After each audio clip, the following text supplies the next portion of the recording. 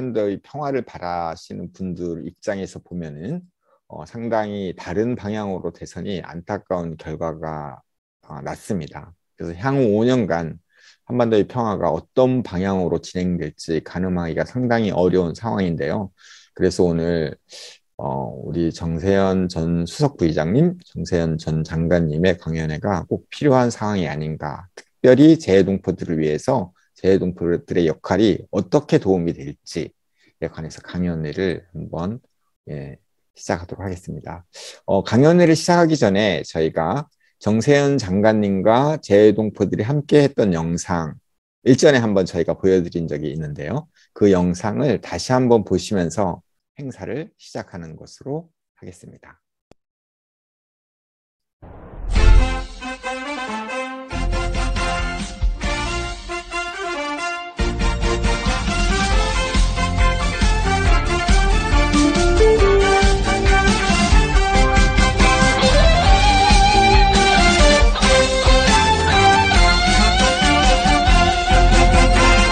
봄이면 진달래 백두산으로 가을이면 단풍 한라산으로 오르고 내리면 자유롭게 꿈꾸는 나라 내 나라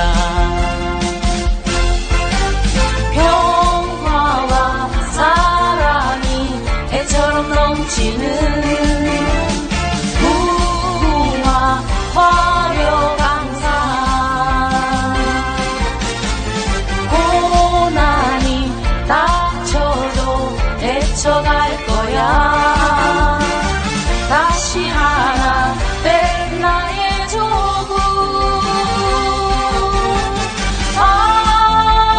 임진강 낡은 나물나무로 임찬 여는데 부글부글 오르고 내리며 자유롭게 꿈꾸는 우리의 나라 평화의 한반도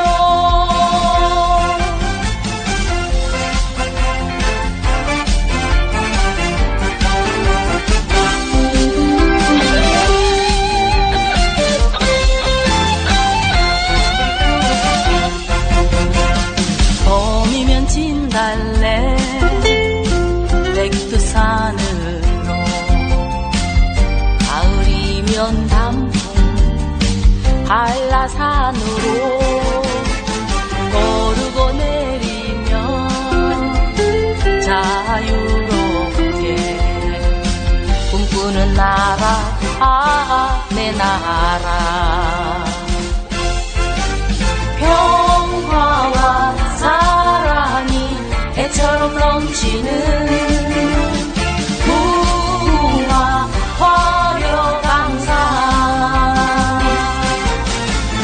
고난이 닥쳐도 헤쳐갈 거야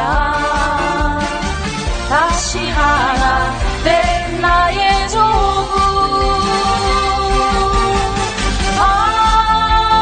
임진강 낡은 나물나무로 임찬 여는데 부글부글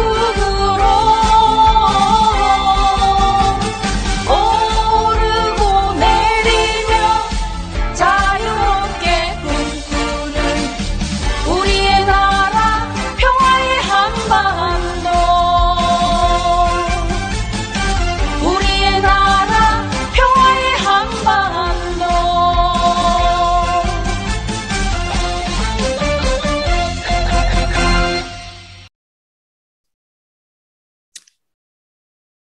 네, 영상 잘 보셨나요? 이게 저희가 그 지난 민주평통 수석 부의장 임하실 때 각 지역에서 정세현 전 수석 부의장님과의 인연을 다 모아서 저희가 영상으로 만든 영상이었고요. 이 영상의 배경음악은 뉴질랜드의 송영희 대표님께서 부르신 곡으로 저희가 특별히 제작했습니다.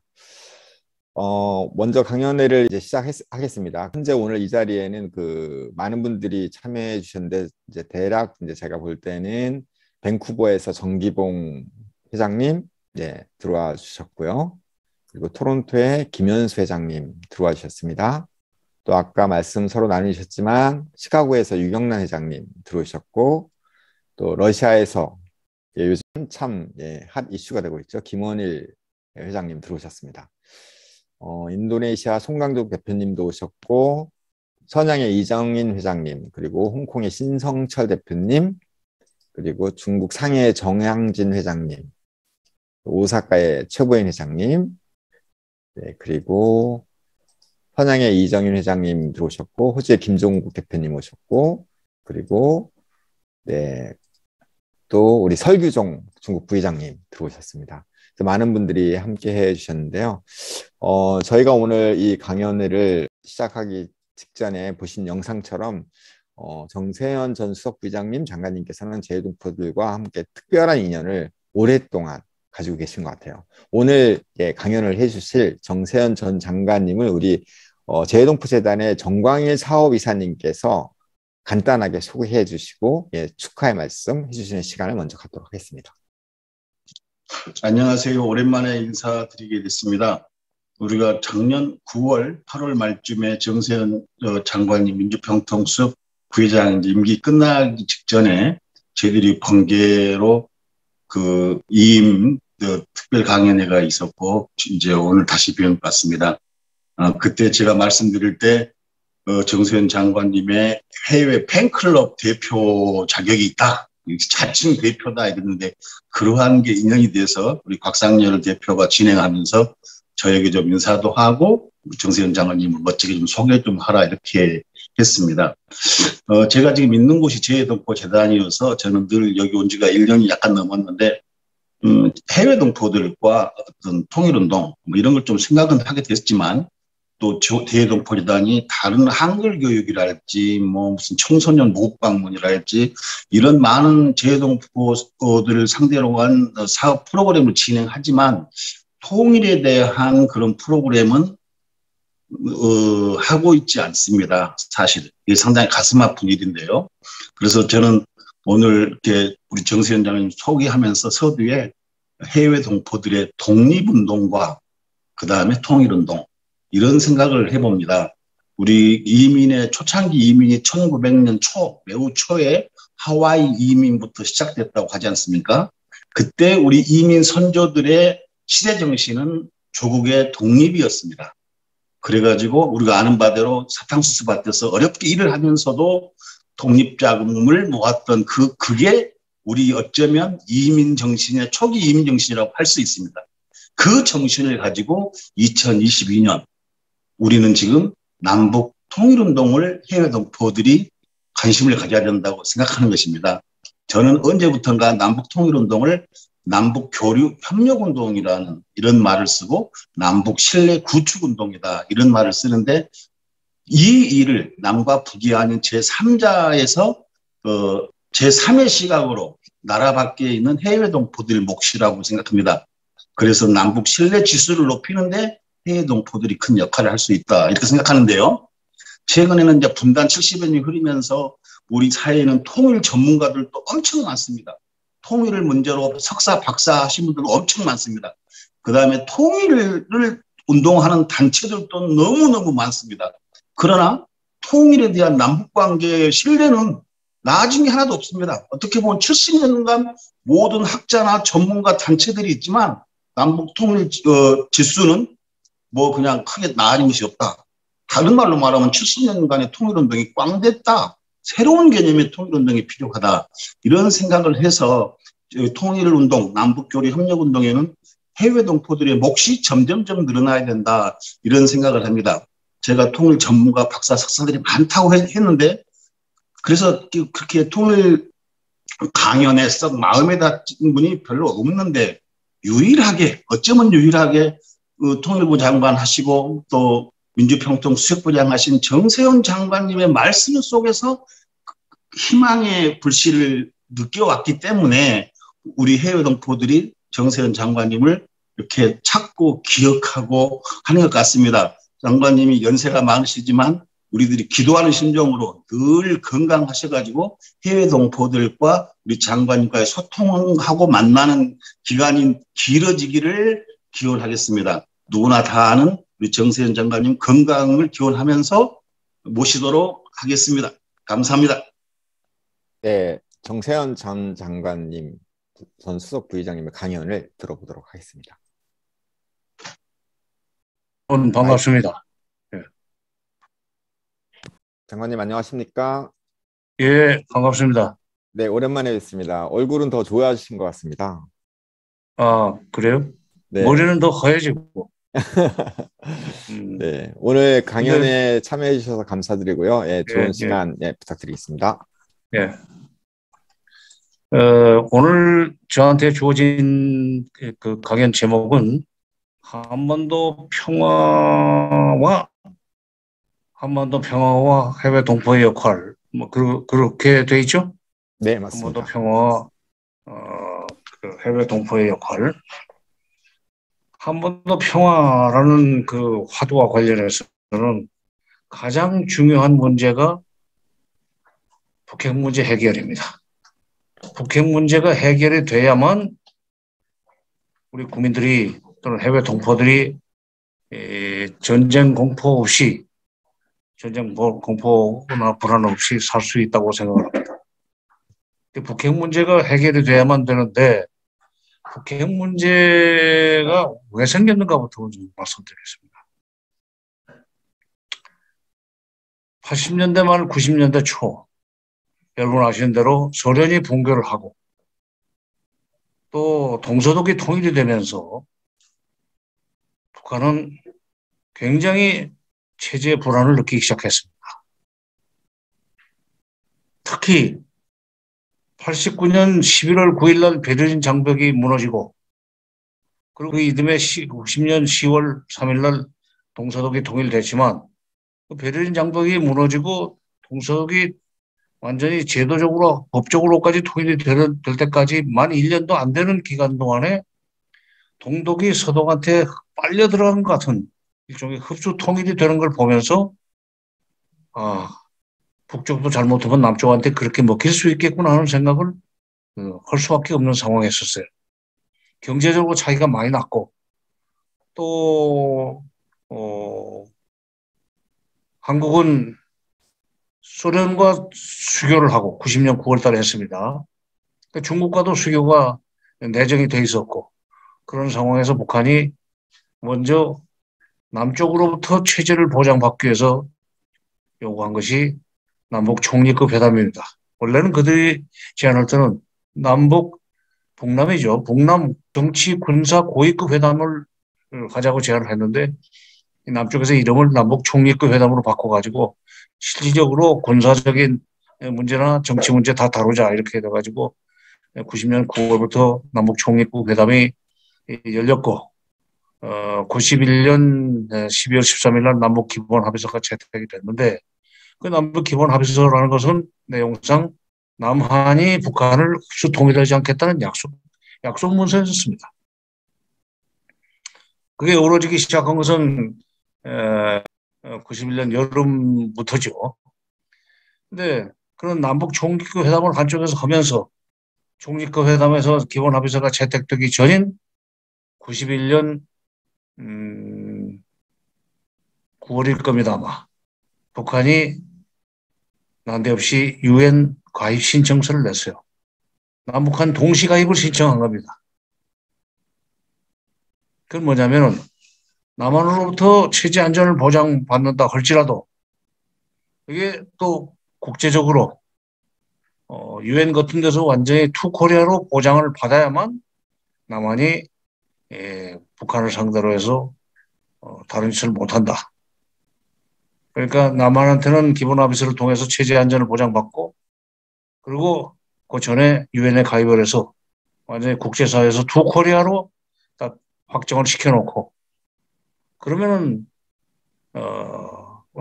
체제 안전의 3분의 2는 보장이 됐다고 이제 생각을 했습니다. 그리고 92년 1월 달에 당시에 국제비서, 노동당 국제비서였던 김용순을 김일성이 급파를 합니다. 92년 1월 달에 뉴욕으로 김용순을 보내가지고 미국 국무부 부장관 아놀드 켄터를 만나게 했어요. 아놀드 켄터한테 김용순 국제비서가 충격적인 제안을 합니다. 미국이 우리와 수교를 해달라. 지금 남조선은 소련과 수교하고 중국과 수교도 곧 지금 이루어질 거다. 우리의 북한의 동맹국인 소련, 중국이 남한과 수교를 하는데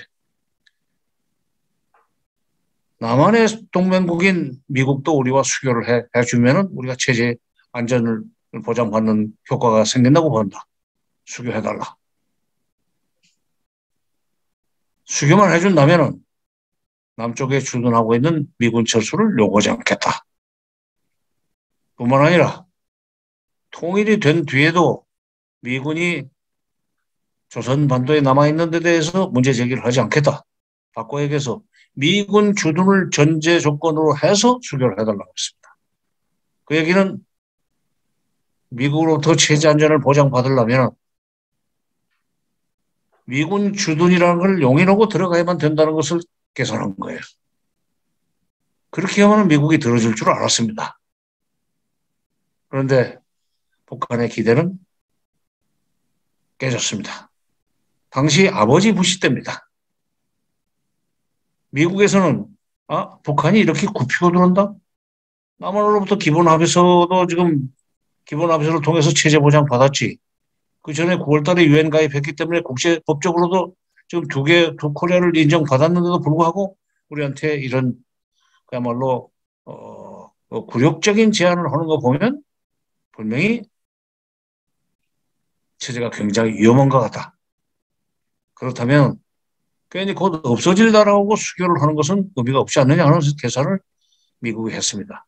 거기서부터 이 미국의 대북 정책의 패착이 시작이 되고 바로 그걸 거절함으로 해서 북핵 문제가 이제 발생하기 시작합니다. 무슨 얘기냐면 그렇게까지 미국한테 그야말로 모든 것을 다 양보하고 수교만 해달라고 말하자면 미국으로부터 체제 안전을 보장받으면 설사 남한이 북한을 어찌 해보려고 하더라도 미국이 뒤에서 그걸 군사적으로 도와주지 않으면 안 되는 거니까 그 보장을 받으려고 그랬는데 미국이 그걸 거절하는 걸 보고는 미국이 지금 우리를 얕잡아 보고 트집을 잡아서 말하자면 붕괴를 시키려고 하는 거구나 우리 체제를 라고 판단을 했습니다.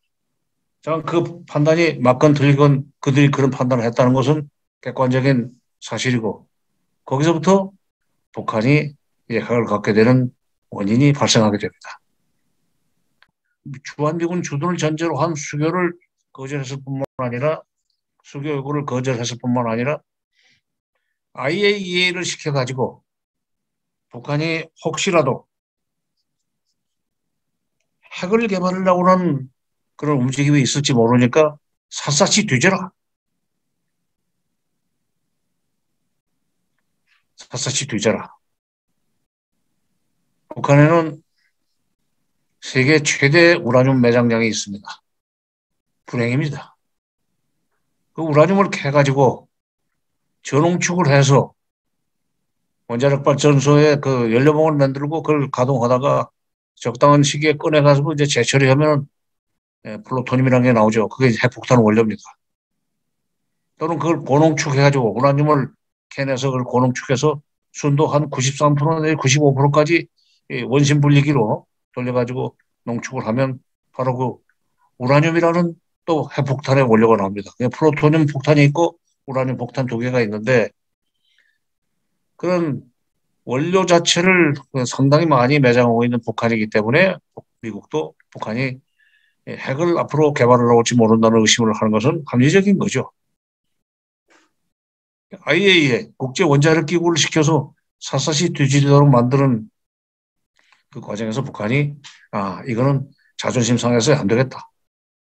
차라리 핵을 개발하고 말겠다.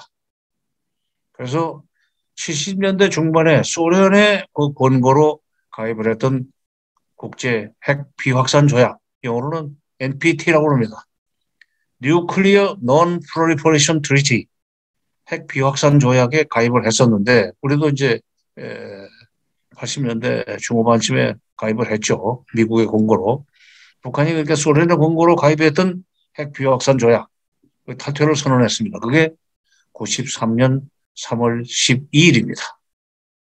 시기적으로 그때는 미국 정부가 클린턴 정부였고 남한 정부는 김영삼 정부였습니다. 아까 말씀드린 여러 가지 남북 총리급 회담이라든가 북한의 유엔 가입이라든가 미국에 가서 미군 주둔을 전제로 하는 대미 수교를 요구한 그것은 노태우 정부 때고 미국은 부시 정부 때고 근데 미국의 정권 바뀌고 우리도 정권 바뀐 그 93년 3월 달에 북한이 NPT 탈퇴하겠다고 선언하고 나서자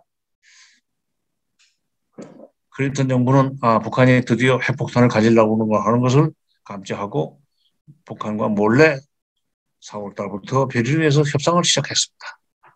우리 몰래, 한국 몰래. 괜히 한국 알리면 자꾸 뭐 끼어들려고 해서 회담이 안 될 수도 있다고 미국은 생각한 거예요. 북한도 그 한국 놀 거 없다고 그러고. 어차피 거기는 핵 개발 의지도 없는 나라고 또 핵물질도 없는 나라고 그런데 그 회담에 올 거 없다 하는 식으로 빼려고 그랬겠죠.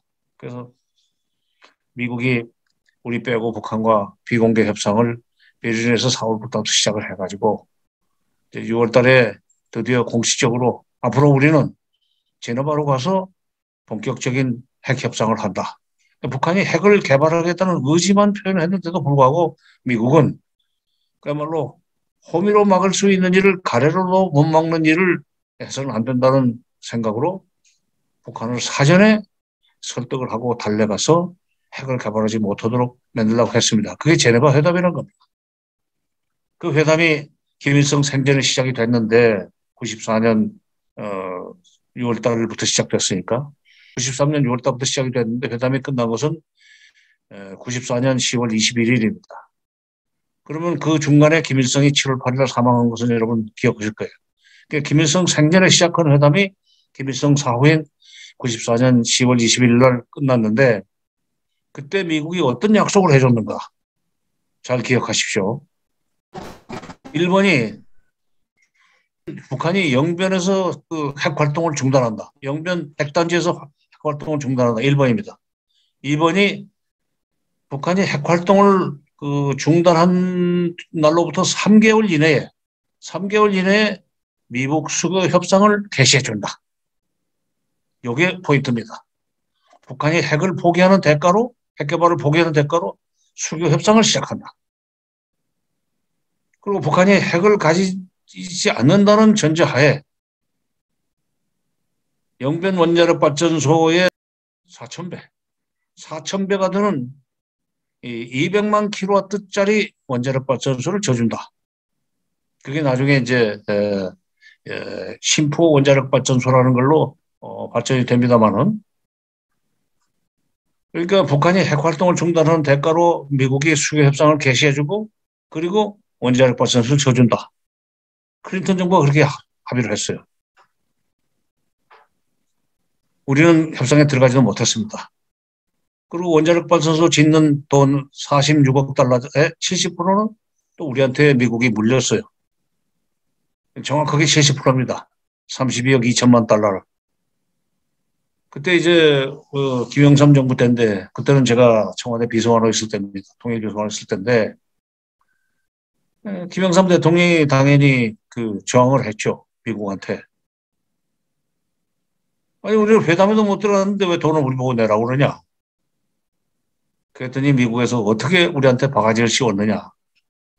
대통령의 말 한마디가 중요하다는 게 자꾸 지금 윤석열 당선자는 후보 때부터 선제 타격 얘기를 하고 또 그다음에 김정은의 버르장머리를 고치겠다고 얘기를 해놓으니까 지금 최근에 김여정이 굉장히 세게 나오지 않습니까? 선제 타격? 하면은 그때는 무슨 핵으로 때려버린다 너희를 이런 식으로 얘기를 하는데 대통령이 그때 입에 달고 살았던 것이 특히 이제 김일성이 죽고 나니까 북한 곧 붕괴한다. 내 임기 중에 통일된다. 곧 붕괴한다. 이런 식으로 막 그냥 호언장담을 했어요. 바로 그걸 미국이 낚아챈 겁니다. 그거 붕괴한다면서. 공사하다 말고 붕괴하면 그 발전소 당신의 거 아니야. 거절을 못하죠. 그렇게 해서 그 원자력 발전소 건설비에서 70%를 바가지를 썼지만 70%는 우리한테, 20%는 일본한테, 10%는 EU한테 맡겼어요. 미국은 돈 안 냈어요. 자, 그렇게 해서 북핵 문제는 상당히 오랜 기간 동안 뉴스에 나오질 않았었습니다. 왜냐하면 북한이 핵 활동을 안 했으니까. 수교 협상 해준다고 했지, 원자력 발전소 쳐준다고 했지. 그러니까 북한으로서는 얼마나 많이 남는 장사입니까? 그러니까 안 했어요. 그게 언제까지 가느냐? 2002년 연말까지 갑니다. 바로 그러니까 김대중 정부가 이제 98년 2월 25일 날 출범을 해가지고 2003년 2월 25일 날 노무현 정부로 넘어가죠. 그러니까 김대중 정부가 햇볕 정책을 추진할 수 있었던 것은 북핵 문제가 없었기 때문입니다. 사실상 북핵 문제가 수면 아래로 내려가고 북한이 핵 활동을 안 했기 때문에 마음 놓고 햇볕 정책을 추진할 수 있었죠. 자, 그렇게 했는데 그 바로 수교 협상과 경수로 원자력 발전소 건설이라고는 반대급부를 주고 북한이 핵 활동을 못하게 했던 미국의 대북 약속이 부시 정부에 들어오면서 깨집니다. 부시 정부가 출범한 것이 2001년 1월 20일이죠. 김대중 정부 말년이죠. 말년은 2001년 1월 20일 날 부시 정부가 들어서가지고 이 부시 정부는 들어서면서부터 아니 북한이 그 핵 활동을 영원히 안 할 거라고 믿고 무슨 수교 협상을 해준다, 무슨 원자력 발전소를 져준다 하는 것이 얼마나 어리석은 일이냐. 어떻게 믿느냐, 그 사람들. 그는 대북 그 절대적인 그 불신에 토대해서 부시 정부는 그리고 계속할 생각이 없다는 것을 미리 이제 사인을 많이 줬죠. 그리고 노골적으로 2000년 6.15 정상회담 이후에 남북 관계가 굉장히 빠른 속도로 발전이 되고 있는데 그 제동을 하려고 굉장히 노력을 했어요. 많이 먹었습니다. 김대중 대통령이 그나마 통일 문제에 대해서 식견이 높고 국제 정치에도 빠삭하기 때문에 그때 필요하면은 미국 대통령 직접 설득을 하고 부시를 또는 외무장관이나 그다음에 안보수석을 보내가지고 미국의 관료나 안보부 장관을 설득을 해가지고 미국이 남북관계를 통제하지 못하도록 말하자면 우리가 좀 맘 놓고 일을 할 수 있도록 북한은 미국을 설득하는 일을 한쪽에 하면서 동시에 북한을 한국의 페이스로 끌고 오느라고 그야말로 투트랙으로 굉장히 노력을 많이 했죠. 그래서 그나마 2002년 말까지는 북핵 문제가 없었습니다. 말하자면 미국이 노골적으로 북한을 압박하는 정책을 쓰지 않았기 때문에 근데 2003년부터 북핵 문제가 다시 불거지게 됐습니다. 그건 전적으로 부시 정부가 북한을 압박하고 들어갔기 때문입니다. 북한이 클린턴 정부 때 약속한 영변에서의 핵 활동은 중단했는지 모르지만 그러나 다른 곳에서 숨어가지고 또 다른 핵 활동을 지금 핵물질을 생산하고 있다고는 소위 의혹을 제기하면서 그것 때문에 경수로 원자력 발전소 건설은 중단한다. 치고 나갔어요. 그러자 북한이 그래? 자, 이제나 저제나 수교 협상을 기다렸는데 그것도 안 해줘? 그런데다가 그나마 마지막 희망을 걸었던 경수로 원자력 발전소 200만 킬로와트짜리 건설도 중단해버려? 그럼 희망이 없잖아. 그럼 이때는 이렇게 되면 우리는 미국과 그냥 막가는 수밖에 없다. 자, 200만 킬로와트라는 것이 얼마나 이제 큰 선물인지는 비유를 제가 할게요. 북한이 발전소 그 시설 용량만큼은 한 760만 킬로와트 됩니다. 근데 되게 수력발전소예요. 화력발전소 잠깐 좀 있지만 수력발전소가 많습니다. 그 수력발전소라는 게 비가 안 오면 안 돌아가는 거 아닙니까? 그 실질적으로 화력발전소도 또 이게 석탄을 캐서 돌리는 발전소인데 석탄을 못 캐면은 화력발전소 못 돌아가죠. 말하자면 발전소의 이 가동이 100%가 안 되고 한 전체 시설 용량의 35%, 30% 내지 35% 정도밖에 안 되는 관계로 북한의 발전 용량이, 발전 능력이 그 당시에는 실적으로 한 250만 킬로와트밖에 안 됐어요. 250만 킬로와트 그 발전 용량이라면 대한민국에서 인천시 혼자서 쓰는 양입니다. 그걸 가지고 그 넓은 북한 땅을, 거기도 땅은 넓잖아요. 남쪽보다 넓습니다. 인구는 남쪽의 절반밖에 안 되지만. 그걸 쓰다 보니까 200만 킬로와트는 진짜 빈집에 황소가 들어가는 격이었고, 그것이 이 희망의 끈이었기 때문에 핵활동을 하지 않고 94년부터 시작해서 8년 동안 착실하게 있었죠. 그러다가 부시가 들어서 가지고 2003년부터 이제 핵활동을 한다는 누명을 씌우고 여러 가지 발전소 건설 중단하니까 그때부터 본격적으로 다시 영변에서 핵활동을 시작하게 만들었습니다.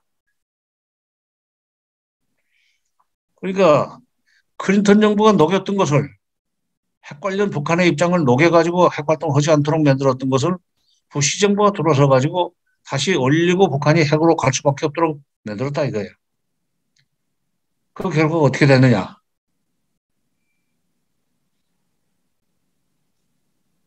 북한이 핵활동을 이제 끊이지 않고 아주 그 사람들은 내놓고 공개적으로 그야말로 중계방송 하듯이 하면서 핵활동을 했습니다. 그렇게 되니까 한반도 정세가 굉장히 불안하고 한국 정부가 굉장히 어려웠었어요. 한반도 평화에 대한 위협이 아주 상시화되고, 시기적으로 우리는 그때 노무현 정부 때죠. 그 노무현 대통령 정부 시절에 북핵 문제 때문에 참 고생을 많이 했습니다. 왜냐하면 우리 국민 여론이 북한이 저렇게 핵활동을 해서 미국이 저렇게 북한을 잡돌이를 하는 마당에 어떻게 노무현 대통령은 그런 것도 모르고 무조건 남북관계 교류협력만 활성화되면 좋다는 식으로 해가지고 퍼주기만 하느냐 하는 식의 여론이 일어나잖아요. 우리 국민들이 안보가 조금 불안하면은 남북 교류협력을 반대합니다. 북한이 또 언제 무슨 일을 벌일지 모르는데 뭘 믿고 그렇게 퍼주기만 하느냐, 무슨 금강산으로 가는 돈이 얼마냐, 개성공단으로 들어가는 돈이 얼마냐, 이런 식으로 막 따지고 됩니다. 그리고 선거 때마다 이슈가 되고. 자, 그렇게 해서 정부가 대북 정책 추진에 그 힘을 받지 못했는데, 그렇게 미국이 압박을 해 들어가다가 결국 미국 혼자 힘으로는 안 되겠다고 생각을 하고, 육자회담이라는 걸 미국이 하자고 해서 한국의 중재로 북한을 육자회담으로 끌어냈습니다. 육자라는 게 남북한, 미국, 그다음에 일본, 중국, 러시아. 그러니까 미국의 입장에서 볼 때는 남한은 물론 자기 편이고 일본도 자기 편이고 미국은 이제 자기가 주도하면 되고 중국도 뭐 잘하면은 미국 편이 될 수 있다고 생각을 하는 거예요. 러시아만 좀 자신 없지만 어쨌건 그런 식으로 해서 5대1로 포위를 해가지고 압박을 하면은 북한이 손들지 않겠는가. 이게 육자회담 발상의 뿌리입니다. 미국 사람들이 어떨 때는 참 그야말로 영어로 wishful thinking, 소위 희망적 관측, 세상이 자기 마음대로 돌아가는 걸로 많이 생각을 해요. 육자회담을 2003년 8월 27일부터 시작이 됐습니다. 베이징에서. 그래가지고 약 3년 동안 회담을 한 끝에 2년 반, 2년 정도 회담을 여러 번 한 15번 회담을 한 끝에 2005년 9월 19일, 2005년 9월 19일 9.19 공동성명이라는 걸 만듭니다. 자, 그 내용이 또 이렇습니다. 북한의 핵포기. 그때 1994년 10월 20일 날 제네바 미국 기본 합의하고 비슷합니다. 북한의 핵활동 포기. 핵포기. 두 번째, 미북 수교, 일북 수교. 세 번째, 대북 경제 지원. 네 번째, 정전협정의 평화협정으로 교체. 그러니까 북한은 핵활동을 중단한 대가로 미북 수교를 받아냈고 경제 지원도 받아내고 그 평화협정이라는 것은 미국이 군사적으로 북한을 치지 않겠다는 약속입니다. 다 됐죠. 일석삼조죠. 일석삼조를 얻은 것 같았는데 그리고 미국이 그렇게 큰 걸 양보하는 걸로 참 대국답게 양보하는 줄 알았는데 그걸로서 전 세계가 이제 북핵 문제는 드디어 해결될 수 있게 됐다 하는 그 평가들을 했었어요. 예, 뭐 거의 모든 언론이 국제 언론들이 또 우리 국내도 마찬가지고 다 된 줄 알았습니다. 근데 그 협상이 그 다음 날부터 깨지기 시작합니다. 합의가. 마카오에 BDA라는 은행이 돼요. 그 포르투갈 어로지겠죠. BDA, 방코 델타 아시아, BDA. 미국 재무부에서 갑자기 마카오에 있는 BDA에 북한이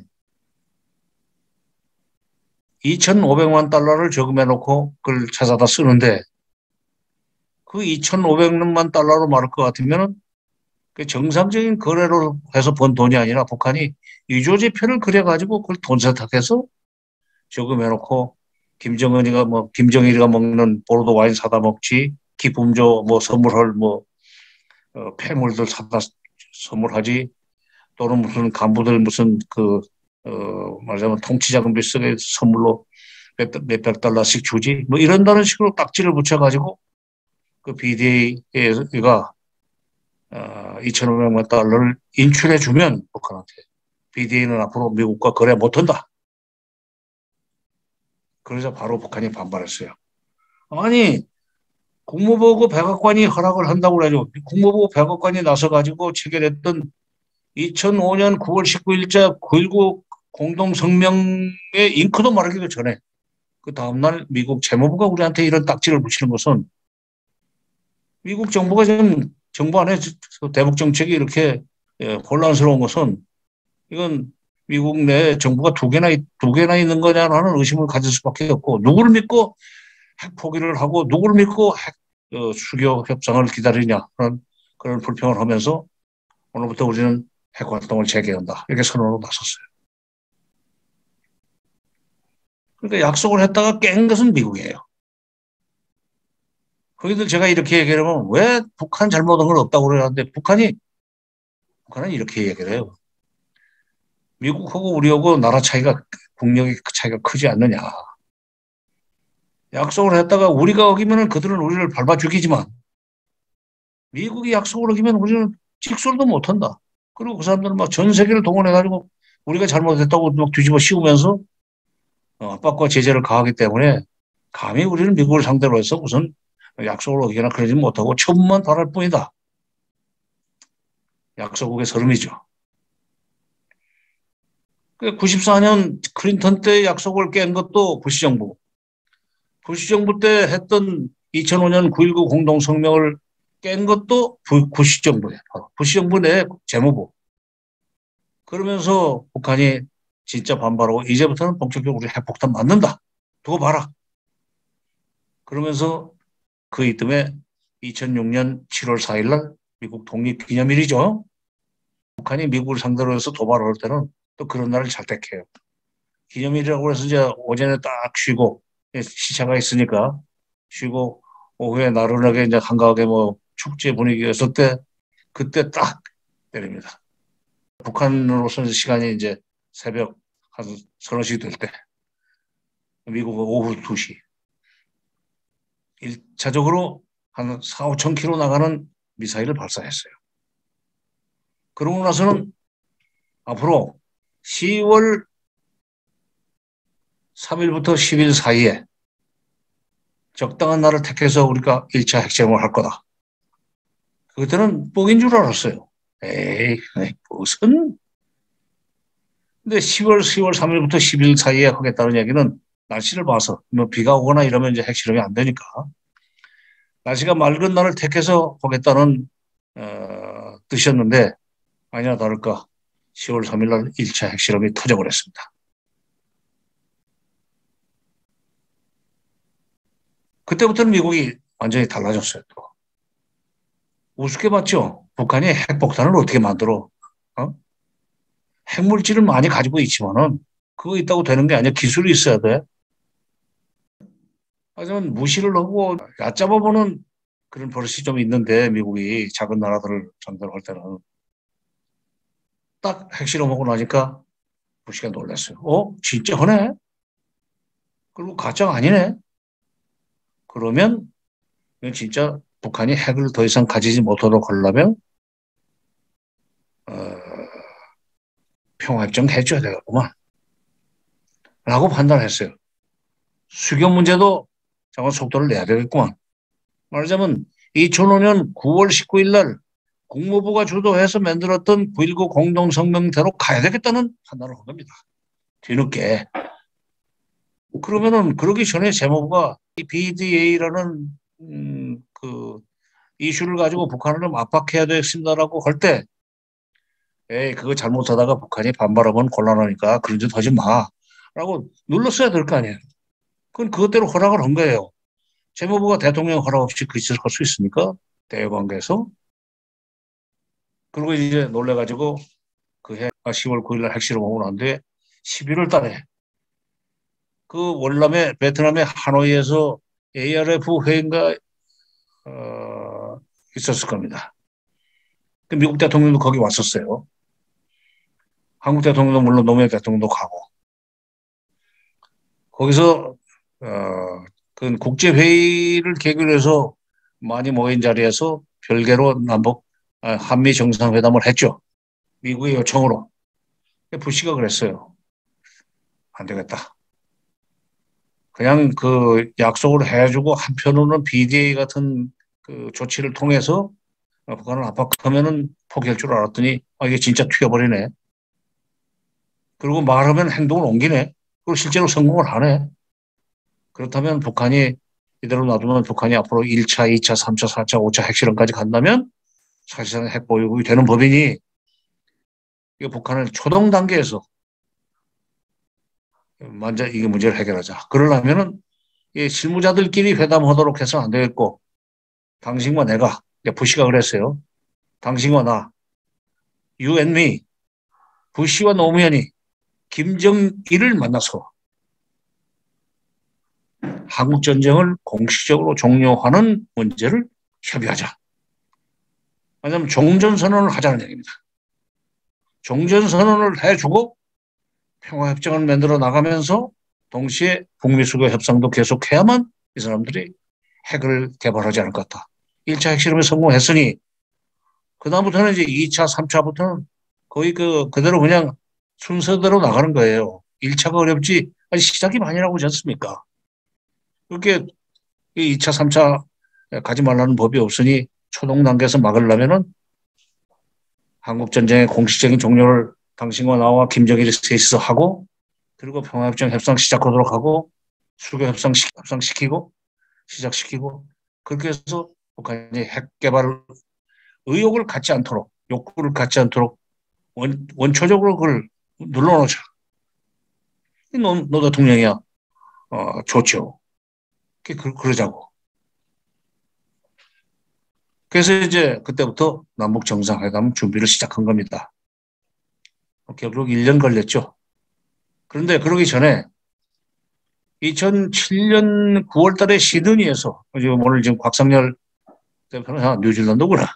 시드니에서도 지금 오늘 듣고 계신지 모르겠네요. 시드니에서 또 그 국제회의가 있을 때 한미 정상회담이 정상이 만났습니다.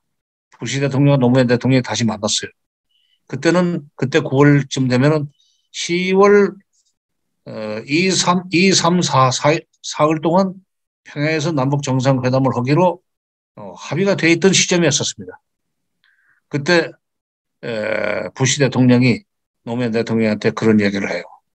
작년에 했던 얘기 지금도 유효하다. 당신과 내가 김정일을 만나가지고 종전선언을 하지 않으면 이건 북핵 문제 해결 안 될 것 같다. 그 얼마나 힘을 실어주는 얘기입니까? 드디어 북핵 문제를 해결할 수 있는 그런 이제 기회가 온 거죠. 그래서 10월 4일 2일부터 시작해가지고 4일 날 끝난 남북 정상회담에서 바로 한반도 핵 문제를 해결하기 위해서 한반도 관련 3국 또는 4국의 정상들이 한반도 지역에서 만나 한국전쟁의 공식적인 종료를 선언한 문제를 협의하기로 하였다. 이렇게 들어갔단 말이에요. 그게 14선언의 네 번째 항입니다. 그렇게 해서 북핵 문제는 진짜 그 3국 또는 4국의 정상들이 종전선언부터 하고, 그다음에 평화협정 협상, 북미 수교협상, 9.19 공동성명에서 얘기한 그거 시작하면 되는 줄 알았었어요. 그런데 미국의 정권이 바뀝니다. 그 2007년 10월 4일 아니에요? 그러기 전에 미국의 정권은 2009년에 바뀌지만은 2007년 10월 4일 날 남북 정상회담에서 남북 정상과 그 그렇게 3국 또는 4국 할 때는 중국을 얘기하는 겁니다만은 중국이 휴전협정의 서명 당사국이기 때문에 중국을 넣어줄 수밖에 없죠. 평화협정으로 가려면. 중국은 여기서 싸우지 않았었어요. 전쟁 당사자였었죠. 그래서 3국 또는 4국이라는 표현을 썼지만 어쨌든 3국이 됐건 4국이 됐건 그런 식으로 해서 시작을 하려고 했는데 2007년 12월 달 대통령 선거에서 한국의 정권이 바뀝니다. 그리고 그 이듬해 2월 달에 이명박 정부가 들어서 가지고 이명박 정부가 들어선 뒤에 이상한 대북 정책을 내놨어요. 노무현 때 그 무슨 뭐 회담을 통해서 북핵 문제를 해결한다는 것은 그건 되지 않는 일이다. 왜 그런 짓을 하느냐? 북한이 핵을 확실하게 포기했다는 것을 소위 행동으로 보여주고 물증으로 보여주고 그다음에 개방 계획을 하면은 북한을 돕기 위해서 뭐 회담 그때 가서 할 수 있다. 회담을 통해서 북한의 1인당 소득이 3,000불이 될 수 있도록 우리가 또 만들어주겠다. 이른바 비핵 개방 3,000이라는 겁니다. 그러면서 그 정책을 딱 들고 나오니까 당시 끝물인 부시 정부가 그래도 한미가 합의를 한 건데 정권은 바뀌었지만은 한국 대통령과 미국 대통령 그리고 북한의 여기위원장이 또는 중국 뭐 시진핑까지 포함해서 그 문제를 해결하자. 그때는 중국이 후진 따오겠네요. 근데 이명박 정부는 필요 없다. 육자회담도 우리 안 간다. 육자회담 계속되고 있었어요. 우리 육자회담도 안 간다. 왜 안 오는데? 미국이 그러니까. 아니 북한이 언제 핵을 포기할 줄 알고 회담에 끝없이 매달리느냐. 북한이 핵을 확실하게 포기하겠다는 것이 확인될 때 우리는 뭐 그들과 만날 용의가 있지만 이렇게 뭐 만나서 설득을 해서 핵을 포기시키는 그거는 우리는 안 한다. 그래서 육자회담을 끊어버렸어요. 그럼 미국은 미국대로 또 거기도 정권 말이고 부시 정부. 2008년이면 부시 정부죠 아직. 핵 문제가 해결되지 않았을 때 가장 큰 피해자는 한국인데 한국이 싫다? 그럼 우리가 왜? 우리는 북한이 핵을 좀 가져도 관계없어. 우리 핵폭탄이 몇 개인데 미국. 한 7,700개 될 거예요. 북한이 뭐 20, 30개 가져? 그거 우리한테 뭐 진짜 세 발의 비지. 그래 그러면 우리도 안 해. 그렇게 돼버린 거예요. 그리고 미국의 정권이 바뀝니다. 이명박 정부가 들어서서 북한이 핵을 포기하는 것이 확실해질 때까지 우리 회담에 안 나간다고 버티는 동안에 미국의 정권이 바뀌어요. 2008년을 선거해가지고 2009년에 새 정부가 들어서지 않습니까? 오바마 정부가 들어서지. 오바마 정부 들어가지고 무슨 일이 일어났느냐. 오바마가 그해 대통령이 되고 난 뒤에 취임한 뒤에 4월인가? 예? 체코 프라하에 가가지고 아주 핵 없는 세계를 건설하겠다고 큰 소리 쳐가지고 그해 연말에 노벨 평화상까지 받았습니다. 그래놓고 북핵 문제는 놔버린 거예요. 거의 미국식 비핵 개방 3천이 됩니다. 북한이 핵을 포기할 때까지 우리는 인내심을 가지고 기다리겠다. 그게 무슨 정책입니까? 그러니까 한국이 서둘 일도 없었어요. 그 당시에 이명박 정부, 박근혜 정부였었기 때문에 오바마 정부 8년 동안에 미국이 그런 식으로 나가는데 한국이 발버둥을 쳐도 미국이 안 들어줄 텐데 미국도 한국도 뭐 우리도 비슷한 입장이야. 핵 포기할 때까지 기다려 봅시다. 그 오바마 정부 8년, 박근혜 정부, 이명박 정부 2년 초부터 시작해서 박근혜 정부가 끝날 때까지 그 8년 동안에 북한이 핵실험을 4번이나 더 했습니다. 자, 북한이 오늘날 노무현 정부, 부시 정부 때인 2006년에 핵실험을 1차 했고, 그 다음에 이명박, 박근혜 정부가 겹치는 오바마 정부 8년 동안에 북한이 핵실험을 4번이나 했고, 5차까지 끝냈습니다. 일반적으로 핵실험을 5번 하면 사실상 핵 보유국이 된다는 거예요. 하지만 5번씩이나 그 실험에 성공을 하면은 그 설계도대로 이제 찍어내면 되는 거니까. 그러니까 북한을 사실상의 핵 보유국으로 만든 것은 오바마 정부 시기, 그리고 오바마 정부의 전략적 인내라는 해괴한 정책 시기에 그렇게 됐습니다. 북한이 핵실험을 그 뒤에도 한 번 더 했어요. 트럼프 정부가 들어선 뒤에 첫 해죠. 트럼프 정부가 들어서 가지고 1월 달에 2011년, 17년 들어서 가지고 들어서자마자 뭐 로켓맨이 무슨 뭐 화염과 분노니 뭐 김정은이를 가지고 놀았지 않았어요. 야유하고 비꼬고 우습게 보고. 북한이 드디어 2017년 9월 3일인가요? 6차 핵실험을 해버렸습니다. 불행히도 문재인 정부 1차년입니다. 5월 10일 날 출범해서 이게 미국과의 관계를 먼저 좋게 만들어가지고 미국을 잘 설득해가지고 북미 협상이 시작되도록 하려고 했던 문재인 정부 초에 북한이 6차 핵실험까지 해버렸습니다. 5차 핵실험만 해도 핵보유국이라고 사실상 인정할 수밖에 없는 지경까지 간다는 건데 6차 핵실험까지 해버렸으니 이걸 이제 어떻게 합니까? 어떻게 되돌립니까? 그래도 문재인 정부가 부지런히 노력을 해가지고 이거 제가 무슨 문재인 정부 시절에 평통수석부의장 했다고 해서 문재인 대통령 칭찬하려고 그런 게 아니에요. 북핵 문제를 풀고 한반도 평화 문제를 풀어나가는 데서 핵심 원리가 바로 다음과 같은 것이기 때문에 지금 말씀드린 겁니다. 핵 문제는 미국이 해결됐다고 하면 해결되는 문제고 미국이 해결 안 됐다고 하면 해결 안 되는 문제가 북핵 문제입니다. 결정권은 미국이 가지고 있으니까. 북핵 문제에 관한 미국이 출제자고 채점자예요. 북한 답안을 엉성하게 써도 대충 I 정도 90점?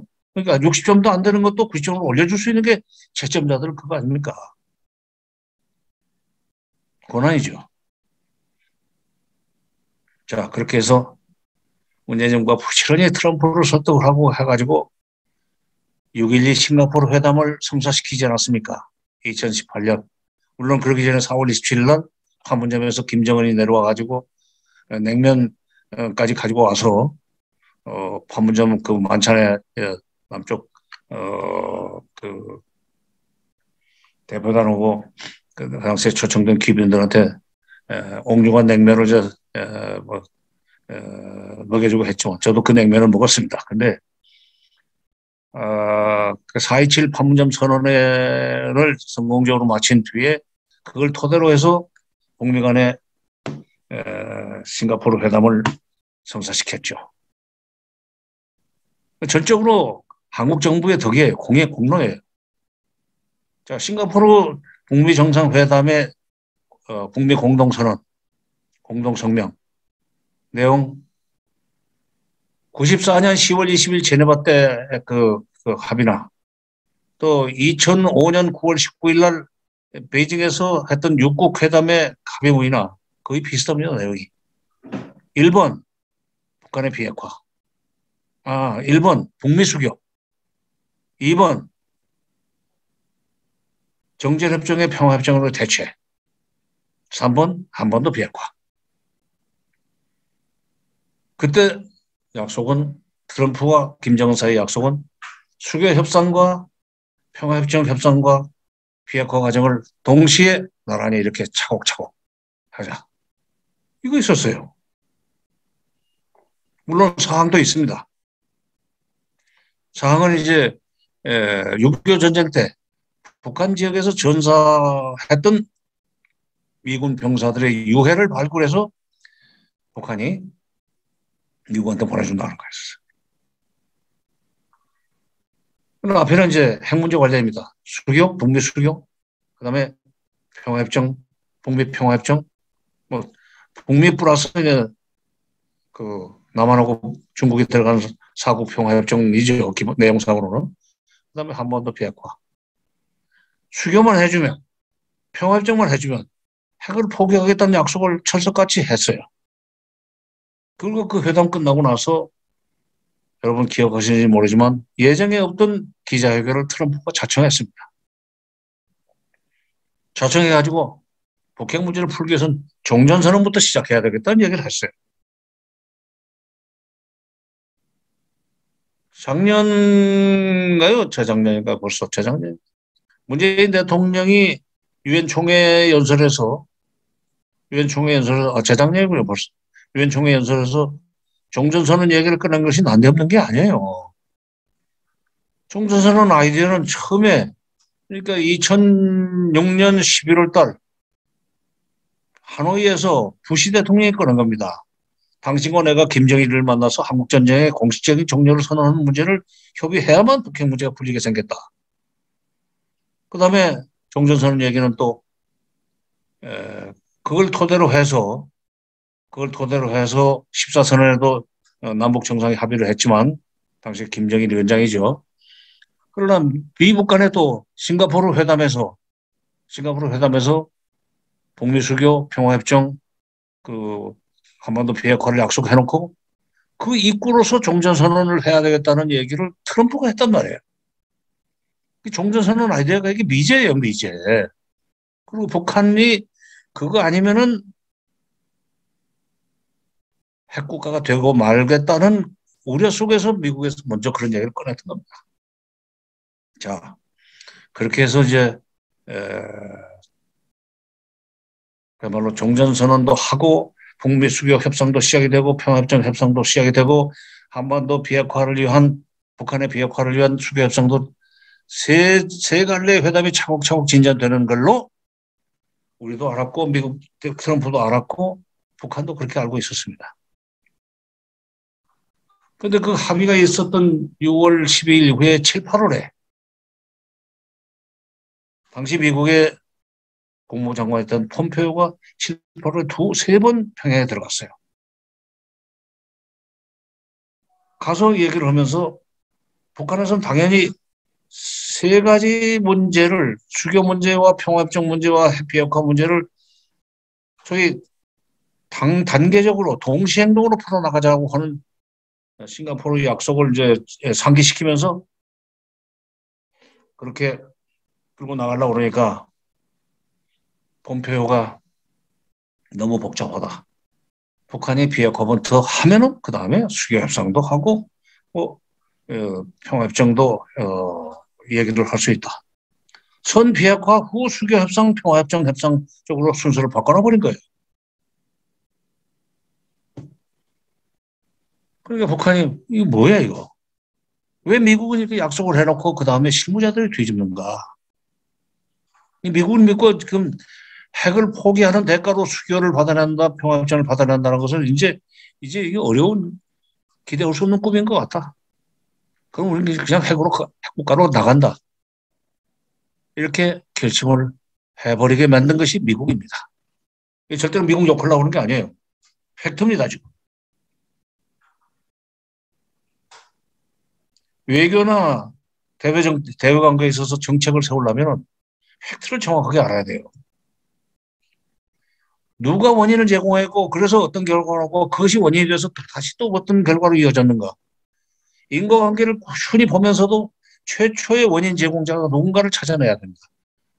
그거 없이 무슨 뭐 분석을 하고 대책을 세우고 정책을 개발하는 것은 그건 진짜 그건 그림의 떡밖에 안 돼요. 진짜 문제 해결 능력이 있는 정책을 개발하려고 대책을 세우려면 인과관계를 분명히 따져야 됩니다. 그리고 이런 식으로 분석하는 게 북한 편드는 게 아니에요. 해외 동포 역할이 바로 그게 있습니다. 미국이 말한 것을 지키도록 만들어야 돼요. 미국이 말한 걸, 약속한 걸 지키기만 했으면 북핵 문제는 이미 2000년대 초에 해결이 됐을 겁니다. 클린턴 정부 때 그 약속만 이행이 됐더라면, 부시 정부가 그걸 깨지 않았더라면, 그때 북핵 문제는 해결됐죠.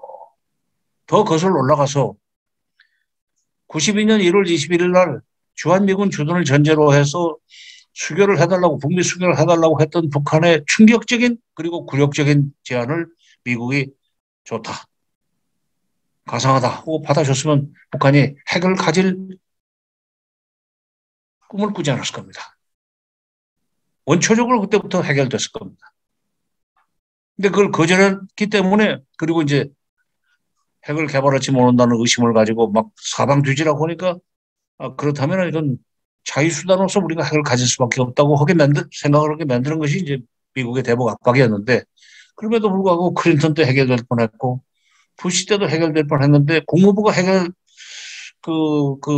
로드맵을 그려놨는데 재무부가 그때 날 뒤집어 버렸고, 2018년에는 대통령이 만들어 걸 국무부 장관이 뒤집어 버렸고. 미국이 이렇습니다. 한미동맹 버릴 수 없죠. 그걸 어떤 점에서는 우리 운명 같은 거니까. 그래도 한미동맹이 있기 때문에 우리가 이만큼 사는 거예요. 그러나 때로는 그렇게 뒤통수를 때리더라고요.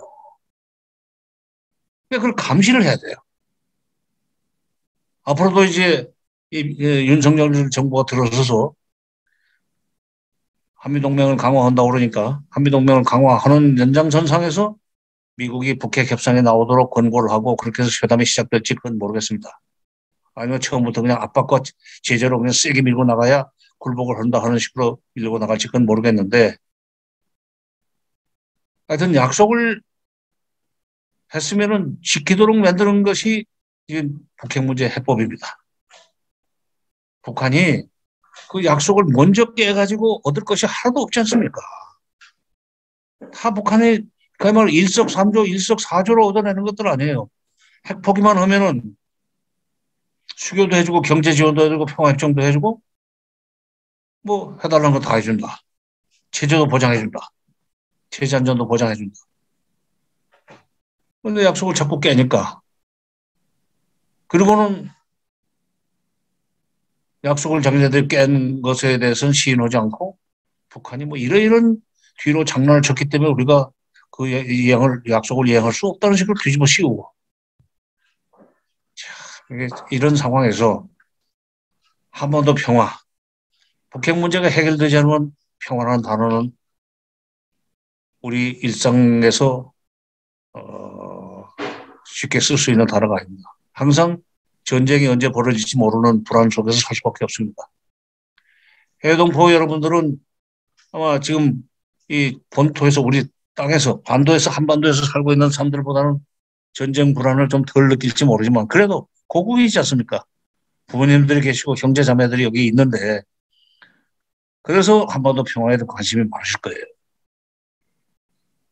여기 그러니까 비무장지대 남쪽에 살고 있는 대한민국에 살고 있는 여러분들의 부모님이나 형제들이 평화롭게 살 수 있도록 하기 위해서는 북핵 문제가 빨리 해결이 돼야 됩니다.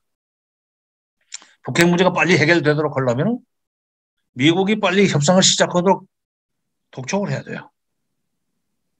한미동맹을 그런 쪽으로 써야 됩니다. 그리고 시작이 되면은 그 촉진자 역할을 우리가 해줘야 됩니다. 솔직한 얘기로 미국과 북한만 놔두면 접점을 못 만들어요. 랭귀지가 달라요. 문화가 다르기 때문에. 그리고 북한은 특히 의심이 많아요. 북한은 의심이 참 많습니다. 남북 간에 할 때도 그 말 속에 말이지 어디에 지뢰가 묻혀있는지 그거 찾느라고 밤을 새워요. 우리 같으면 차라리 여기 혹시 우선 어디 독을 어디에 묻혔나 물으면 쉬울 텐데 자존심 때문에 그건 못하고. 특히 강국과 협상할 때는 어디서 뒤통수를 맞을 수 있겠는가를 의심을 많이 하는데, 그러나 한국 같은 선의의 중재자가 있으면 미국도 설득해서 북한이 이 점은 불안해하니까 이건 빼고, 또 북한에 대해서도 너희들 이런 식으로 세게 나가면 미국이 절대로 들어주지 않으니까 이렇게 터무니없는 욕을 빼고, 그러다 보면 접점을 만들 수가 있죠. 그럼 나중에 합의가 돼요. 지나간 2005년 6월 19일 날, 9월 19일 날 나온 9.19 공동성명 전적으로 한국 정부가 중재자 역할을 했기 때문에 나온 겁니다. 그때 우리 수석 대표는 송민순, 그렇죠. 나중에 외무부 장관까지 하신 분인데, 당시에 외교부 차관보, 그리고 청와대에서는 LCC 상임위원장은 제 후임이었던 2007년이면 6년,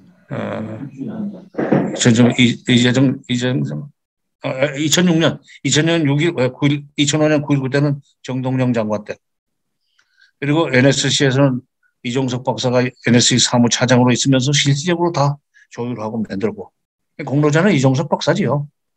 이제 그 다음에 협상대표는 송민순 당시 차관보고. 그러나 누구의 공을 지금 따지는 것이 아니라 그런 식으로 한국이 중재를 하면은 합의가 됩니다.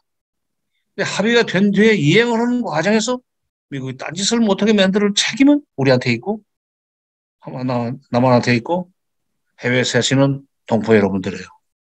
중국에 사시는 분이라고 해서 그 역할을 못할 건 없습니다. 설규종 부의장님, 들으시죠? 반갑습니다. 네. 벌써 그때 칭다오에서 만난 것이 19년 9월이구나. 벌써 3년 다 돼가네요. 중국의 그런 그 정부 측의 여론을 조성해가지고 미국이 약속한 뒤에 딴짓하지 않도록 중국이 좀 감시하는 역할도 해줘야 됩니다. 호주, 뉴질랜드 다 친미 국가들 아니에요. 미국 정부가 약속은 이행하라. 그러면 대국답게 신의를 지켜라. 왜냐하면 어른이 약속을 안 지키면 사람들이 좀 우습게 보지 않습니까? 미국이 어리라는 뜻은 아닙니다. 그래도 어쨌건 큰 나라가 전 세계의 평화를 유지한다고 질서 유지한다고 유지 국가를 자임하는 미국이 약속을 해놓고 나중에 딴소리를 하면 되는가? 미국이 딴소리만 안 하면 북한은 그 미국이 한 약속을 이행하기 위해서 열심히 노력할 겁니다. 왜? 그 말고는 살 길이 없으니까.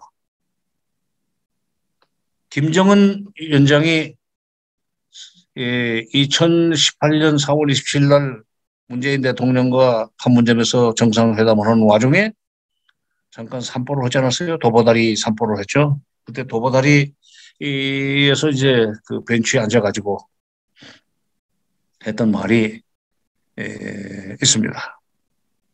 그 말로 오늘 이 강연을 마무리할까 합니다. 미국이 종전하고 불가침만 보장해주면, 불가침이라는 게 평화협정이에요.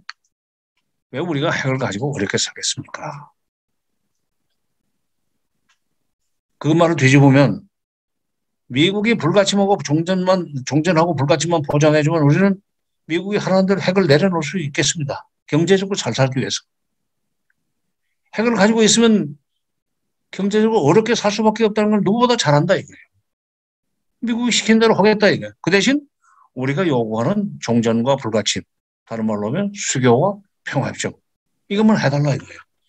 그 정신으로 그 얘기를 그대로 싱가포르에서 2018년 6월 12일 날 싱가포르에서 했을 거예요. 나이도 어린 친구가, 그 트럼프한테는 38년이나 어리잖아요. 46년생한테 84년생이면 진짜 아들 같죠. 84년생이 그렇게 진지하게 얘기를 하니까 일리 있다 라고 생각했을 거예요. 그래서 그 자리에서 대통령, 그래, 수교. 새로운 북미관계 수립이라는 표현으로 되어 있습니다만, 두 번째, 정전협정의 평화협정으로 교체, 대체, 그리고 한반도 비핵화. 그다음에 유해 송환 발굴, 발굴 송환, 이거는 선물로 줘야 돼. 그렇게 약속을 했죠. 그 약속을 실무자들이 깼다 이거예요. 그리고 실무자들은 솔직한 얘기로 미국의 실무자들은 군산복합체하고 연결이 됐습니다. 군산복합체 입장에서는 국가의 채무고 뭐고 필요 없이 미국 따오지는 것보다는 계속 전쟁 위험이 있고 그다음에 그 전쟁 공포가 있고 그다음에 뭐 전쟁이 날 가능성이 있어가지고 미국 회사에서 만든 무기를 살 수밖에 없는 그런 그 긴장 상태가 유지가 돼야만 된다는 거예요. 그들은 그런 계산하고 있습니다. 이제 미국 관리들이 실무 관료들이 대통령의 뜻을 받들어서 합의를 하면 그것을 딴 그 핑계대고 미적거리지 말고 또는 사실상 파기하지 말고 그대로 이양만 하면은 북핵 문제는 해결되고 한반도에는 평화가 오고 그렇게 되면은 밖에 나가서 사시는 동포 여러분이 고국의 부모 형제 걱정 없이 사실 수 있게 될 겁니다. 제 말씀은 여기서 그치겠습니다. 네, 감사합니다. 그 정세현 전 장관님 정말 오랜 시간 거침없이 말씀을 해주셨는데 가끔 말씀하시는 걸 제가 여러 차례 들어보면은 과연 장관님께서는 글을 미리 써놓고 하시는 건지 아니면 기억력에 의존해서 하시는 건지 그게 좀 궁금하더라고요. 써놓고 아무것도 없어요 여기. 아무것도 그냥 네. 여기서 나오는 거예요. 네, 건강 걱정은 크게 하지 않는 것으로 하겠습니다. 아까 저 정광일 이사께서 뭐 그 연세도 높으시지만 하는데 나 연세는 있지만은 건강은 젊어요. 네, 알겠습니다. 오늘 강연 감사드리고요. 이제 특별히 이제 재해동포들이 미국이 약속하고 말한 것을 꼭 지킬 수 있도록 재해동포 사회가 함께 움직여야 한다는 말씀 잘 기억하겠습니다. 아니, 그게 국제 여론을 만들어야 돼. 네, 국제 여론. 특히 미국에서 미국에 뭐 여러 동포 단체들도 있고 그런데 네. 공공외교라는 개념을 이제 쓰기 시작했지만 문재인 정부에서 그런 쪽으로 공공외교를 좀 해야 됩니다. 네, 알겠습니다. 그 질문 미국답게 처신하라. 네, 알겠습니다. 한 가지 이제 궁금한 점을 제가 네. 사회자로서 한번 여쭤보겠습니다. 아까 말씀 중에 그 북한이 먼저 약속을 깨서 약자이기 때문에 얻을 것이 없다. 먼저 약속을 깬 것은 미국이다. 이렇게 말씀을 해주셨는데요. 그렇다면은 지난 그 4.27 판문점 회담과 9.19 평양 선언 이후에 사실상 남북 관계가 진전이 못 되고 중단됐다시피 한 이유에 대해서 궁금하기도 하고 또 그때 당시에 수석 부의장으로 계시면서도 여러 차례 답답한 심경을 공개적으로 또 비공개적으로도 말씀을 하셨는데요. 지금 와서 정권이 이제 바뀌게 되는 지금 시점에서 돌이켜보면 과연 어떻게 하는 것이 가장 좋았을까 하는 부분과 함께 문재인 대통령이 아까 대북 정책을 잠깐 이야기하셨는데 이렇게 했으면 더 좋겠다 나쁘겠다라는 부분보다 지금 시점에서 그리고 앞으로 정권이 바뀌는 시점에서 과연 저희가 어떻게 하는 것이 가장 아주 좋은 질문입니다. 돌아보면 네, 좋은 질문입니다. 간단하게 말씀 부탁드리겠습니다. 간단하게 하라고? 네, 말씀 길게 말씀하셔도 됩니다. 네. 답변 길어질 수밖에 없는 질문이라고. 네, 알겠습니다. 자, 4.27 판문점 선언이나 9.19 평양 선언. 네. 쉽게 얘기해서 남쪽이 북쪽한테 다 해주는 겁니다. 네. 거기에 대한 반대급부로서 같은 날 9월 19일 날 남북의 국방장관이 군사 분야 합의서를 만들었어요. 말하자면 북한도 남쪽을 상대로 해서 군사적인 도발 행위를 안 하고 남쪽도 북을 자극하는 군사행동을 안 한다. 함의 훈련도 안 하는 걸로 돼 있어요. 그런데 4.27 판문점 선언, 9.19 평양 선언, 9.19 군사분야 합의서를 미국이 딱 읽어보니까 가만히 있어봐. 특히 군사 문제? 다 군사 문제하고 연결이 돼 있어요. 예를 들면 북한의 철도를 남북 철도를 연결하고 현대화하는 것은 군사 분계선을 넘어가야 되잖아요. 군사 문제하고 분리된 것이 별로 없어요. 왜냐하면 그 남북 경제 교류 협력도 뭐 때로는 이 군사분계선을 넘나들고 개성공단 넘나들고 금강산 쪽으로 넘나들고 이거 다 육로 당기려면 사실 유엔사에서 통문을 열어줘야만 되게 돼 있습니다. 어쨌건 그 4.27, 9.19 그 정상선언과 9.19 군사보행 합의서를 보고 미국이 놀랐습니다. 응? 가만히 있어. 누구 허락받고 이 짓을 하는 거야, 지금. 미국이 감히 그런 생각을 했단 말이야. 왜? 한국에 대한 작전 지휘권을 미군이 가지고 있잖아, 주한미군 사령관이. 네. 우리는 헌법상 국군 통수권자는 대한민국 대통령이라고 알고 있고 그렇지만 실제로 군대를 움직이는 것은 미군 사령관이 특히 군사적인 그런 성격이 강한 작전성이 있는 군사 이동은 주한미군 사령관이 승인을 해야만 합참의장이 비로소 명령을 내릴 수 있어요. 이 서글픈 일입니다. 어쨌건 미국이 보고 놀랐어요. 가만 놔두면 이걸 완전히 우리 빼고 지들끼리 다 해먹겠구만. 그때 내놓은 것이 남북관계 개선 좋다. 그러나 북핵 문제가 해결돼야 될 거 아니야. 또 북미 관계는 한 발짝도 못 나오고 있는데 너희만 막 쓱쓱 나가면 그럼 우리는 뭐가 되냐? 우리의 대북 협상력이 떨어지는 거 아니냐? 남북관계, 북미관계, 북핵 문제를 북핵 협상을 완전히 삼위일체로 풀어나가야 된다. 미국의 논리입니다. 틀린 말은 아니죠. 그럼 그런 식으로 협력을 해나가자 하는 식으로 했으면 되는데 내가 지금 화가 나가지고 막 땀이 나네. 그때도 화가 나셔가지고 많이 나셨던 것 같습니다. 미국이 내놓은 것이 긴밀하게 협력하자. 그러려면 무슨 협의체가 있어야 된다. 그게 한미 워킹그룹이라는 겁니다. 국방부끼리 협의하고 국무부끼리 협의하고 안보부 장관끼리 협의하고 상무부끼리 상무부 일일이 그렇게 돌아다니면서 할 필요 없이 완스톱으로 협의할 수 있는 체계체니까 얼마나 좋으냐라고 하는 말에 어떻게든 속았어요. 좋다. 거기서부터 아무것도 못하게 됐어요. 대표적인 것이 2019년 1월 달에 북한에 독감이 유행을 했습니다. 그래서 우리가 타미플루라는 독감약을 보내주려고 트럭에 싣고 가는데 통문을 안 열어주는 거예요. 판문점 쪽에. 유엔군 사령부, 주한미군 사령부가. 이유는 약은 가도 좋지만 트럭은 안 된다. 그게 못 보냈어요. 그 뒤에 사사건건 제동이 걸렸습니다. 그러니까 북한에서 입장에서 볼 때는 약속해놓고 약속을 하나도 어기지 않은 게 남한 정부가 돼버렸어요. 미국의 그런 그 한미 워킹그룹이라고 하는 그 통제장치의 일종의 함정이지. 빠져가지고 그렇게 된 것은 생각 안 하고 줏대가 없어가지고 이 약속을 안 지킨다 하는 식으로 생각을 해가지고 결국 나중에 공동연락사무소까지 폭파시킨 거 아닙니까? 공동연락사무소 폭파시킨 것은 그거는 그때 4.27 판문점 합의서에 보면은 4조 2항인가 그럴 텐데 삐라 전단 대북 전단 살포는 당장 중지한다. 특히 이건 5월 1일부터 중지시킨다고 약속을 해줬단 말이에요. 그랬으면 정부가 뭐 표현의 자유니 뭐니 하는 소리 들고 나와서 뭐 이걸 그걸 강행할 때 뭐 내무부를 행자부를 시키든지 경찰이든지 군대를 동원해서 막았었어야 될 거 아니에요.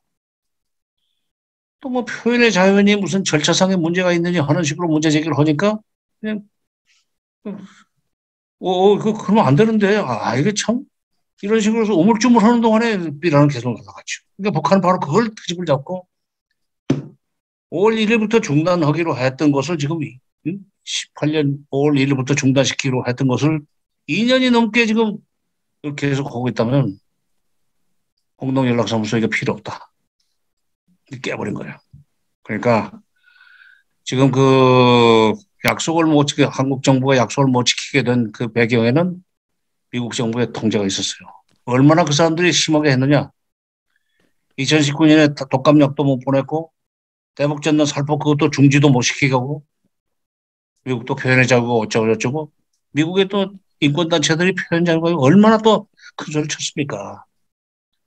2020년 연초에 신년 할애하는 자리에서 문재인 대통령이 그런 얘기를 했어요. 작년에는 2019년 한 해 동안은 남북 간의 합의사항을 제대로 이해를 못했다. 이해를 못했다. 금년부터는 좀 우리가 남북 관계가 북미 관계나 북핵 문제보다 한 발 앞서 나가는 식으로 해서 문제를 풀어 나가야 되겠다라고 얘기를 했어요. 그랬더니 바로 주한 미국 대사 해리스 대사라는 자가 뭔 소리야? 모든 문제는 한미 워킹그룹에서 협의를 해놓고 왜 딴소리를 해? 대통령이 그런 말도 소용없어. 그렇게 하면서 워킹그룹에서 합의가 될 때까지는 아무것도 하지 말라는 식으로 제동을 걸었을 때 그때 치고 나갔어야지. 뭔 소리야? 대통령 말씀인데.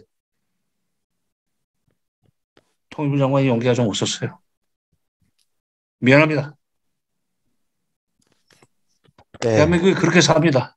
그러니까 해외 동포들이라도 나서가지고 미국이 그런 짓 못하게 좀 만들어 주십시오. 국제 여론 좀 만들어 주십시오. 네, 알겠습니다. 안타까운 심정으로 말씀해 주셨는데 정말 한미 워킹 그룹이 해체되고 정말 한반도의 평화가 오는 그날이 속히 왔으면 좋겠습니다. 질문이 또 한두 개 더 들어왔는데요. 제가 한국에서? 네, 예, 아니요. 질문이 어디서? 지금 들어와 있는데 그 미국에 네. 계신 분 몇 군데에서 지금 질문이 들어왔는데 제가 질문을 드리기가 겁나는 게 질문을 드리고 짧게 답변 부탁드리겠습니다 하면 혼날까 봐 일단 질문을 드리도록 하겠습니다. 네. 지금 새로운 정권이 들어서게 되는데요. 그 남북 관계와 미국 관계에 들어서 새 정책이 들어서고 미국과 긴밀한 협의를 이루어내는데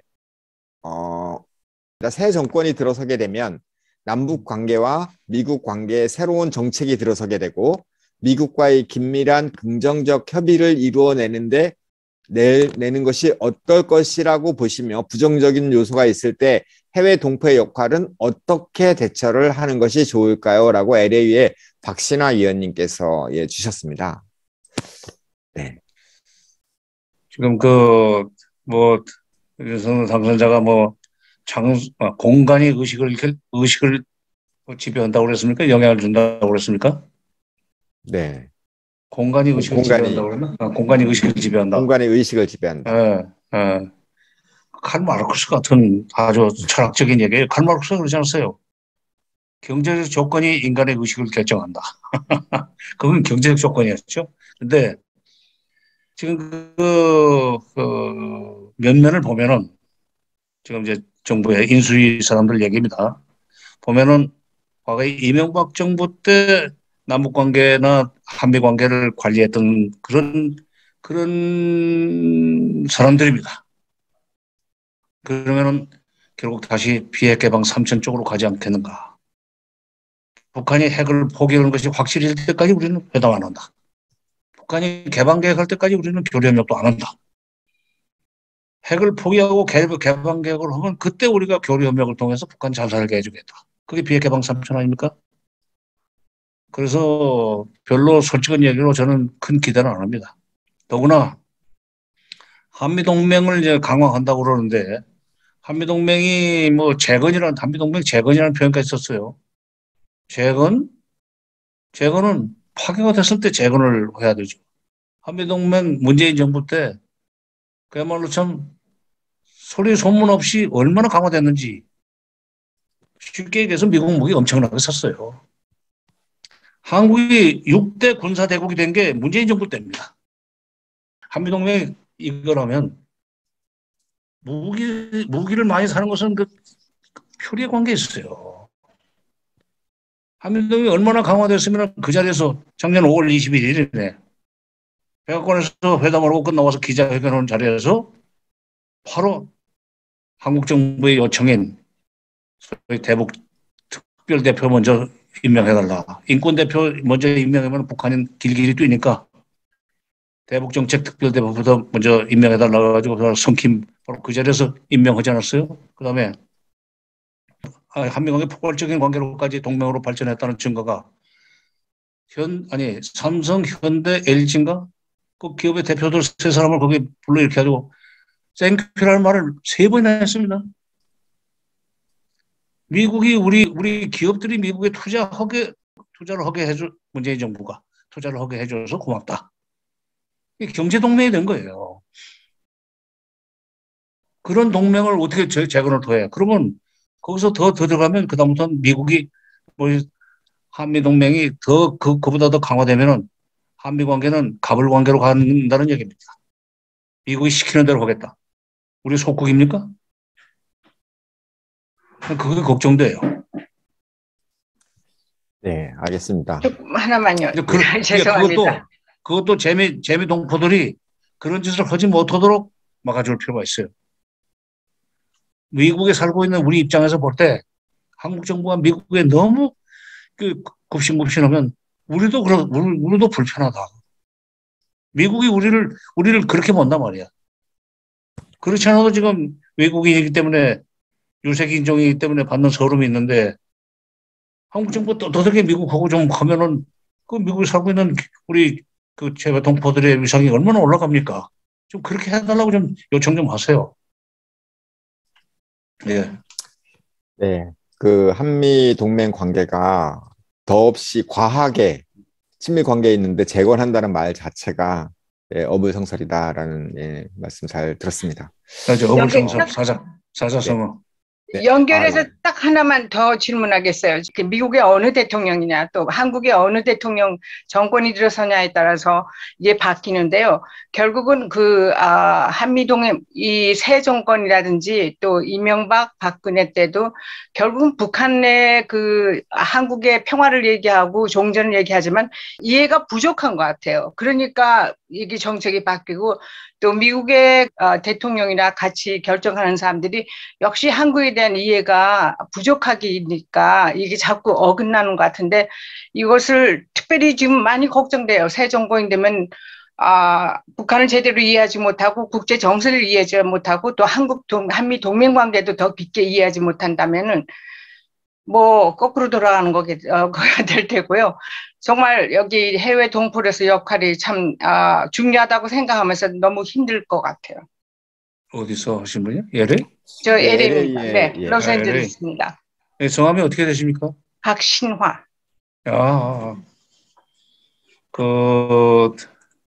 이해가 없습니다. 근데 이해의 문제입니다. 그러니까 지금 언더스탠딩이 없다는 뜻으로 이해가 없다고 하신 말씀인데 바로 미국의 인터레스트 때문에 그렇습니다. 이해관계 때문에 이해관계를 먼저 챙겨요. 그러니까 북한에 대해서 언더스탠딩을 하고 그다음에 한국 정부의 입장을 언더스탠딩을 하고 동맹이기 때문에 그 사람들 얘기 들어주자 하는 식으로 정책을 취하면 좋은데 그거 따지지도 않을 그러니까 북한에 대해서 이해하려고 하지도 않을 뿐만 아니라 주판을 튀겨요. 주판을. 인터레스트도 이해 아닙니까? 그런 식으로 미국이 한국을 상정하지 않도록 미국 내에서 여론이 좀 일어나시기 바랍니다. 미국이 우리를 6.25 때 살려준 것은 뭐 틀림없고 6.25 후에 미국이 우리한테 먹을 걸 많이 보내줬기 때문에 굶어 죽지 않았습니다. 저도 제가 45년생인데 미국이 전쟁 후에 보낸 우유, 분유죠. 옥수수 가루, 밀가루, 쌀. 또 크리스마스 때만 되면 또 기프트 박스라고 해서 보내는 속에 보면 뭐 연필, 향내나는 연필, 무슨 연필 깎기, 무슨 면도칼, 그다음에 뭐 고무줄, 그다음에 뭐라고 이거 가지고 노는 거, 튀는 거. 신기하더구만. 한국에는 그런 거 없을 때예요. 참 고맙게 알고 있습니다. 그때 한국 사람들의 마음이 미국이 먹을 거 주고 입을 거 주고 보내준 전쟁 때 살려주고 하는 것 때문에 한국 사람들의 마음이 태평양을 건너 미국으로 건너가 버렸죠. 지금도 미국을 좋아합니다. 미국이라면 무조건 그냥 지금 무슨 일만 했으면 태극기하고 성조기 들고 나오는 게 그때 참 잘못 그러면 외국 사람들은 한국이 미국의 OECD 뭐 어느 일개 준주를 할 거야. 아마. 중마다 깃발이 있지 않습니까? 근데 바로 그 미국 정부가 언더스탠딩을 못하는 게 아니라 인터레스트를 먼저 따지는 것 때문에 일이 자꾸 깨진다. 그 점에 대해서 말씀드리고 싶습니다. 그리고 미국에 사시는 동포 여러분들께서도 주 의원들이 있잖아요. 그러니까 언더스탠딩을 해라. 인터레스트로 따지 마라. 너무 대국이 그러지 마라. 한국은 미국을 그런 식으로 계산하는 나라로 보지 않는다. 근데 너무 계산을 하고 자기 국가 이익을 위해서 또 군산복합체의 인터레스트, 밀리터리 인더스트리얼 컨그레셔널 컴플렉스의 인터레스트가 사실 대외 정책을 좌지우지한다는 그 엄연한 현실 앞에서 그래도 미국이 너무 인터레스트로 따지는 것보다 동맹국이고 미국을 고마워하는 나라의 요청을 좀 들어줘라. 그런 식으로 좀 문화를 조성해 주시기 바랍니다. 그게 공공외교의 핵심이 돼야 된다고 생각합니다. 네, 감사합니다. 질문이 이제 들어와 있는 게 몇 가지가 더 있는데 딱 한 가지 질문만 더 드리도록 하겠습니다. 그래, 어차피 나 점심 예. 먹을 테니까 뭐. 네, 대부분 그 걱정을 많이 하시는 것이 현재 정권이 바뀐 이후에 과연 남북 관계가 어떻게 될 것인가라고 하는 그런 질문들이 많은데요. 그 캐나다 밴쿠버의 김한균 님도 그렇고 미얀마의 한윤복 위원님도 그런 질문을 해오셨습니다. 향후 윤석열 당선자 체제 이후에서 과연 남북 관계 어떻게 진행될까요? 글쎄 지금 통일부 장관 지명자도 지금 발표가 안 됐기 때문에 뭐라고 할 수 없는데 물론 통일부 장관이 지명돼도 대통령의 대북관이 중요하죠. 근데 그 대통령 당선자의 대북관은 이미 선거 그 기간 중에 나오지 않았어요. 선제 타격 해버리고. 선제 타격. 네. 그다음에 사드 배치 요청하겠다. 네.